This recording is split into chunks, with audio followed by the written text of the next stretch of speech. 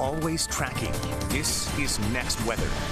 Next Weather Chief Meteorologist and Hurricane Specialist Ivan Cabrera here today. Ivan, today was 2 thumbs up. There yeah, absolutely. And I think depending on where you are tomorrow, you get 1 thumb up and 1 down. The Keys, I think, still, Jim, with some showers. There's a boundary there that's going to be really stubborn to move, and I think we'll continue with rain chances there. But most of us in Day, except for South Dade and points to the north, will be in good shape. King tides, by the way, returning, as well as the winds this week, and that combination will make marine conditions a little bumpy out there. Checking in on Next Weather Radar Network. Quiet now. Showers will continue down south. There'll be a nice dividing line here. I think we'll be mostly dry for most of Dade and also up into Broward County. That continues through Wednesday. I'll show you that on Rain Tracker, how it changes. Then a boundary comes in. This potent front is going to bring us some strong winds here. It's going to move through, and a northeast wind will take over. Along the front, we'll still have some showers Thursday and Friday, and then back it comes on Saturday. So it'll retrograde back up here, and that will park itself over South Florida, and that'll mean some rain to contend with on Saturday, along with some gusty winds out of the east. We're looking at wind speeds 20-25 sustained here, so it's going to be quite a wind event throughout the next few days. This is what we do during the dry season, tracking fronts, and when they come in, sometimes they bring us cool air, sometimes low humidity, the latter for this one, and most of us bring us wind. Here's Next Weather Rain Tracker tomorrow. Some showers. Again, you continue to see those meandering there across the Keys. There's a lot of cloud cover and a lot of shower activity on and off throughout the day. We'll get a bit of a break, and then that'll return.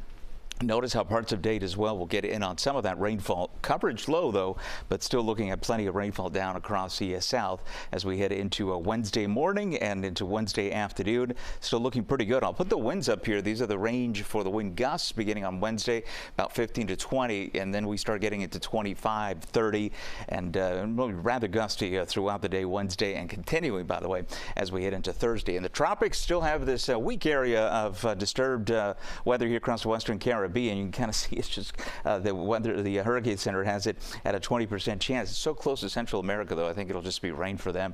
No chance of development there, or very little. And this has a medium chance of developing. It's this circled area here. That's a pretty vigorous tropical wave. It has nice circulation with it.